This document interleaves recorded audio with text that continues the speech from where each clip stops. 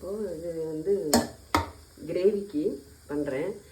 அந்த செஞ்ச இதை எடுத்தாச்சு, அதிலேயே பண்ணலாம், ஒன்றும் தப்பு இல்லை. இது வெங்காயத்தை வந்து பொடிசு அப்படி நைஸாக, ரொம்ப நைஸாக இல்லாமல் தொக்கு தொக்கா அடிச்சிருக்குது. அதுதான் கிரேவி நல்லாயிருக்கும். அதனால்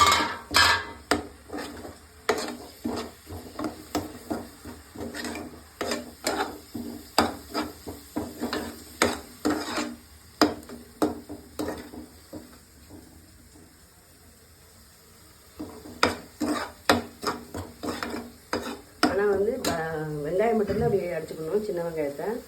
மற்றபடி வந்து தக்காளி அடிக்கக்கூடாது. தக்காளி அடித்தா டேஸ்ட்டு மாறிடும். ரொம்ப தக்காளி போடக்கூடாது, ஒரே ஒரு தக்காளி போட்டால் போதும். இந்த கிரேவிக்கு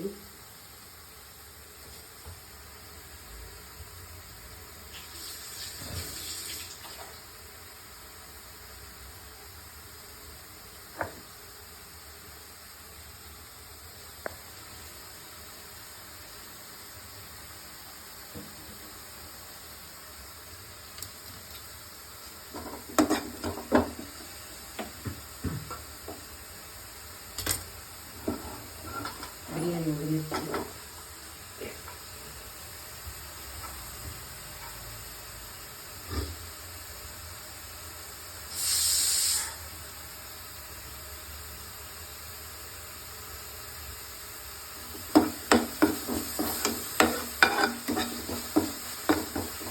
கருவேப்பிலை போட்டிருக்கேன், வேறு ஒன்றும் இல்லை, கருவேப்பிலை.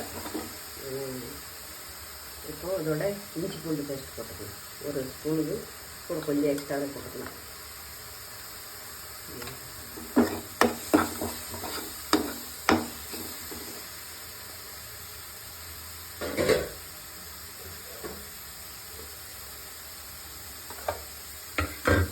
பார்த்திங்கன்னா இதில் கொஞ்சம் தக்காளி இருக்குது.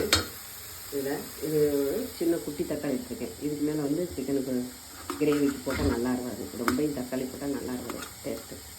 அதனால்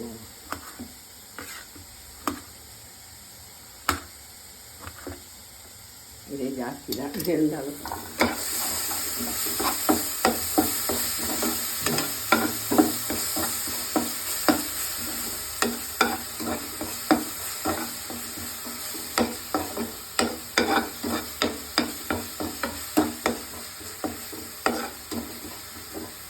இதுக்கு வந்து இந்த பொடி வச்சுருக்கிறேன்ல, அப்போ சொன்னலையா, பட்டை, லவங்கம், சோம்பு அரைச்சி வச்சுருக்கேன். இந்த பொடி நம்ம தேவை உள்ளப்போ என்ன செய்யலாம், போட்டுக்கலாம், பொடியாக போட்டுக்கலாம்.